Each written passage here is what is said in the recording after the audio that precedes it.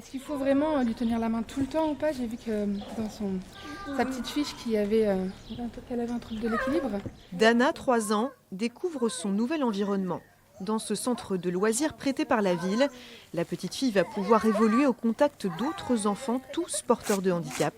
Une vraie bouffée d'oxygène pendant le confinement. Aujourd'hui, c'est son premier jour. Et voilà, au moins, elle a beaucoup de coins pour jouer et elle est contente comme ça. Ça change un petit peu d'air.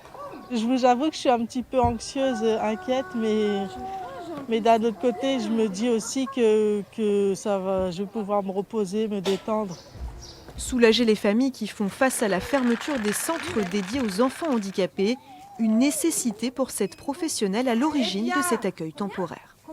Je me suis bien rendu compte que les familles avaient peu de temps de répit, qu'être confiné dans un espace, si on n'a pas d'extérieur aussi, avec un enfant en situation de handicap, les choses se compliquent un peu. Des parents que j'avais au téléphone qui m'exprimaient un peu leur angoisse, leur épuisement. Et je me suis dit à un moment donné, mais je ne vais pas rester chez moi à faire du télétravail, à rien pouvoir mettre en place. Donc j'ai réfléchi un petit peu à cette idée. Et il y a environ 3 semaines, j'ai commencé à un peu alerter nos partenaires institutionnels dans notre département. Animateurs, éducateurs spécialisés ou encore infirmières, 5 bénévoles accueillent chaque jour 5 enfants dans le plus grand respect des protocoles sanitaires. Vous désinfectez chaque jouet tous les jours?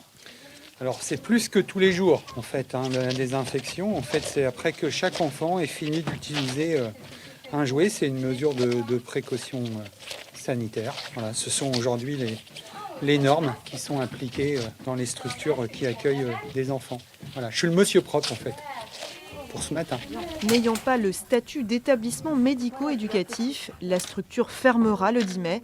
L'équipe espère pouvoir proposer à nouveau ce service au moins une fois par semaine.